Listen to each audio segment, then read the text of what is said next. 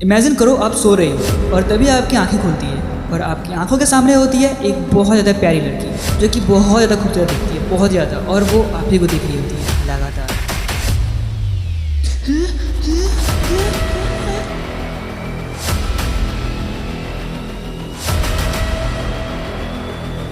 और वो आपके पास आती है और वो आपको बोलती है, मैं आपको बहुत पसंद करती हूँ, चलोगे मेरे साथ? आपको एक बात अच्छी तरह से पता है कि जो आपके सामने है वह कोई इंसान नहीं, वह एक भूत है, चुड़ैल है, डायन है। तो क्या आप जाना चाहोगे उसके साथ? सो हे मित्रों, my name is Monsoon, welcome back to my brand new video guys.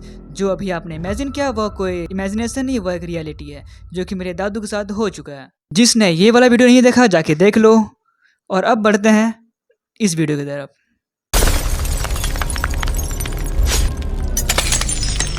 ये कहानी है तब की जब मेरे दादू जवान हुआ करते थे। मेरे दादू और उसके छोटे भाई घर से एक बहुत दूर रूपनारायणपुर पे काम करते थे, एक छोटे से ईंटा के भट्टी में। ये लोग वहाँ पे दिन भर मेहनत करते और शाम होते ही ये लोग काम खत्म करके पास के तालाब में जाके पानी लाते और खाना खाते और अपने ईंट के बनाए हुए झोपड़ी में सो जाते थे। उस वक्त ना ही इनके पास कोई टॉर्च था और ना ही कुछ इलेक्ट्रिक बल्ब था, तो बस एक लालटेन जो ये लोग बंद करके सोते थे। ये इनका हर रोज़ का था। रोज़ सुबह उठना, दिन भर काम करना, शाम को पानी लाना और फिर खाना खा के उसी झोपड़ी में सो जाना। एक शाम मेरे दादू अकेले पानी लाने जाते उस तालाब के पास। तालाब से पानी लाते, खाना खाते और फिर सो जाते। लेकिन इस रात हर रात की तरह नॉर्मल नहीं गुजरा। देर रात होते ही कुत्ते भौंकने शुरू कर दिए। फिर मेरे दादू को किसी के आसपास होने का फील होता है। जब मेरे दादू आँख खोलते हैं तो उसमें सामने पाते हैं एक बहुत ज़्यादा खूबसूरत लड़की जिसके लंबे लंबे बाल हैं और बहुत प्यारी है और पूरा गोरी है और वाइट साड़ी में है। मेरे दादू देख के कुछ बोलना चाहते हैं पर मुंह से आवाज़ नहीं निकलता है, हिलना चाहते पर हिल नहीं पाते हैं, मानो पूरा जम गया हो। दादू उसको देख रही है, दादू उसको देख रहे हैं और वो औरत और लड़की जो भी है वो मेरे दादू को देख रही है। दादू बहुत कोशिश करते हैं, फिर कोशिश करने के बाद फाइनली अपने छोटे भाई को उठा नहीं सकते हैं। उठा के बोलते हैं, भाई मेरे साथ ऐसे ऐसा सीन हो गया। तो तब तक सुबह भी होने को आ चुकी थी।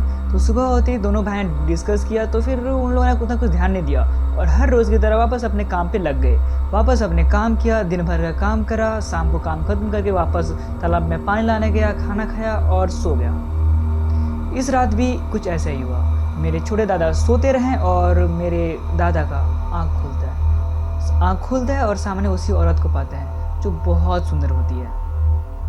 बट इस बार वो औरत मेरे दादू को देख के स्माइल करती है। फिर से मेरे दादू बहुत कोशिश करने के बाद अपने छोटे भाई को उठाते हैं और फिर से वो बात बताते हैं। इस बार मेरे दादू और छोटे दादू दोनों जाग के पूरा रात निकालते हैं। इन लोग का नींद पूरा हुआ नहीं होता है, जिस कारण काम में डिले आता है, काम ठीक से कर नहीं पाते हैं।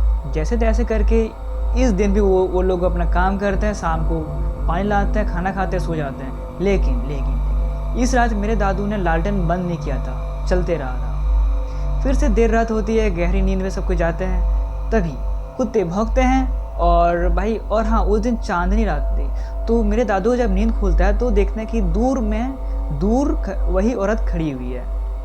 वो धीरे धीरे पास आ रही है। मेरे दादू हिल भी नहीं पा रहे हैं, बिल्कुल वो जमे पड़े हैं, बस देख रहे हैं। वो पास आ रही है और जैसे ही वो उस झोपड़ी के बाहर आई, लालटेन बुझ गया। ऑटोमेटिक लालटेन बुझ गया बिना कोई हवा के। तुम चलोगे मेरे साथ? वो आके मेरे दादू को बोलती है। ये सुन के मेरे दादू का तो भाई फट के चौसठ हो गया। दादू कुछ बोल नहीं पा रहे हैं। वो औरत मेरे दादू को देखती रही और दादू उसको।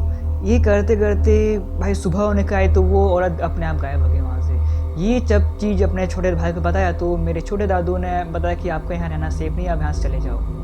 मेरे दादू वहाँ से वापस अकेले घर आ जाते हैं, अपने छोटे भाई को वहाँ पे काम पे रख के। दादू आते हैं घर पे, आराम से रेस्ट करते हैं, खाते पीते हैं, फैमिली के साथ टाइम स्पेंड करते हैं और रात होते ही सो जाते हैं। वापस से वही सीन हुआ, कुत्ते भौंकने लगे।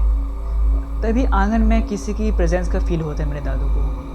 वो औरत आती है और इस बार वो पहले से और भी ज़्यादा सुंदर लग रही थी और इस बार उसके हाथ में भाई चिकन का पूरा थाली है, बना कुक करके लाई हुआ खाना। और मेरे दादू को बोलती है, तुम वहाँ से यहाँ क्यों चले आए? देखो मैं तुम्हारे लिए खाना लाई हूँ, लो खा लो। ये चीज़ सुनते मेरे दादू का भाई हालत ख़राब। वो खाना हाथ आगे बढ़ाए हुए मेरे दादू को दे रही है, बट दादू हिल भी नहीं पा रहे हैं, बिल्कुल जम गए थे। ये जो भी चीज़ें हो रही है बस मेरे दादू और इस भूतनी के बीच में हो रही है। घर में सब कोई सो रहा है, किसी को कुछ नहीं पता कि एक्चुअल में चल के आ रहा है। धीरे धीरे करते करते सुबह हो गई, ये वापस चली गई। उस टाइम पे हर गांव में एक ऐसा ना ऐसा व्यक्ति जरूर होता है जिसके पास इन सब चीज़ों की हमेशा सॉल्यूशन होता है। ऐसे ही उस गांव में था एक दुखिया नाम का आदमी। मेरे दादू जाते हैं, उसके साथ सारा बातें डिस्कस करते हैं और ये सब चीज़ें करते करते भाई 3 दिन बीत चुके थे। तो वो दुखिया ने बताते हैं कि इसका कोई उपाय नहीं है, अगर तुम इसको मार पाए तभी तुम बच पाओगे, नहीं तो ये तुमको अपने साथ ले जाएगी जहाँ पे ये रहती है।